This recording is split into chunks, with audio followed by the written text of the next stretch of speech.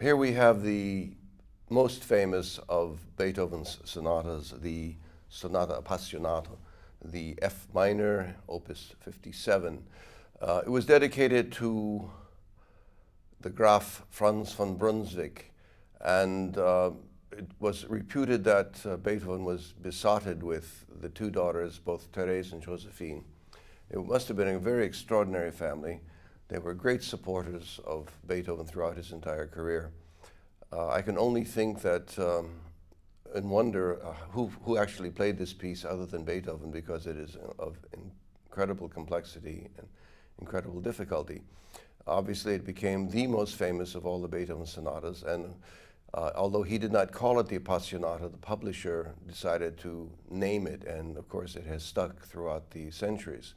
I believe it's one of the greatest of all the sonatas, and certainly the greatest pianistically on a very high level, employing the entire instrument, using all the dynamic ranges of the instrument, and actually being one of the greatest virtuoso pieces of the time.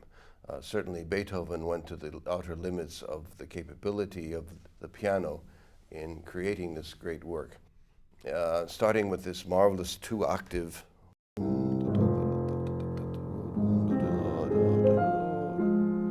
He writes it in 12/8, so you get actually a division of 4 to the bar, but it is so precise and so magnificently conceived by Beethoven himself.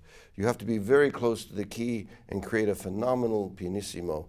And of course, I would use the unicorda pedal.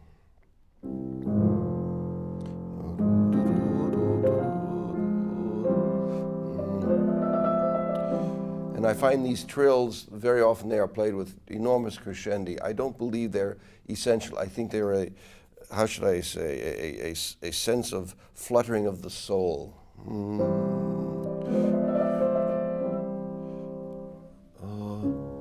of course, the most unusual thing is the half-step relationship, the Phrygian relationship to the F minor to the G flat.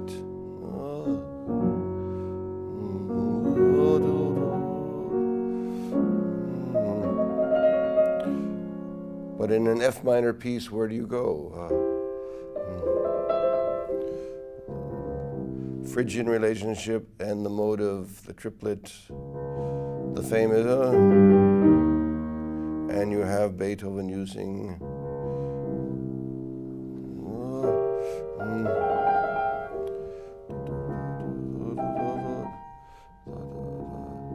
and then breaking away.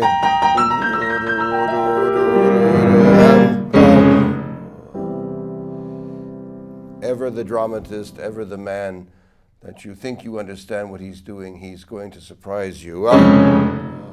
To the subit piano, and then to a pianissimo and a subito fortissimo of his theme.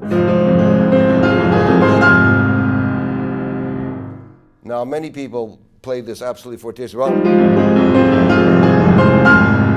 and I believe it's not the way that would fully express this passage work. I fully believe there should be a drive to the top of the sequence of chords.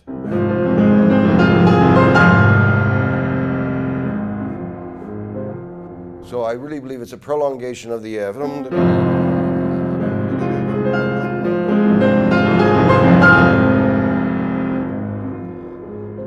And the same here.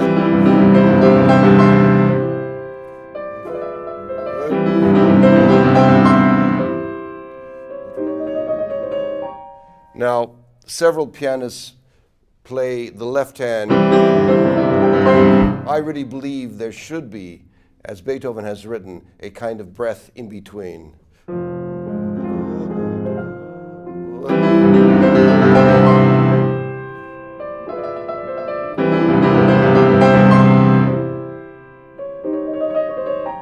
So I follow the original staff marking of Beethoven and actually come down with the right hand. I give the space to this.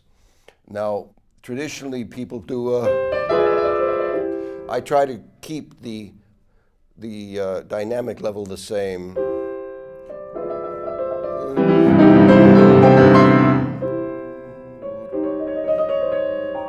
Transitioning to the E flat, which is the dominant of the A flat major, which he will go into.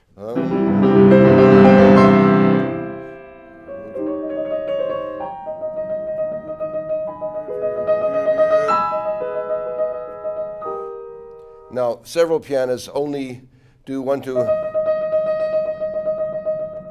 or they do single finger.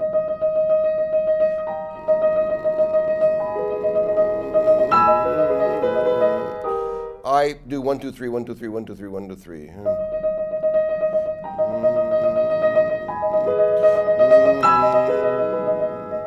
In this case, 3, 2, 1, 3, 2, 1, 3, 2, 1. And I think the E flat should have an inflection. Ta ta ta ta ta ta ta ta ta ta ta.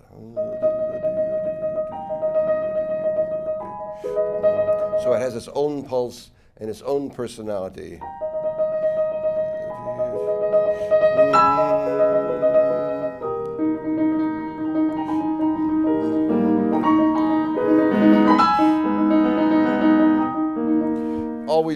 Always driving towards his sforzando pianos.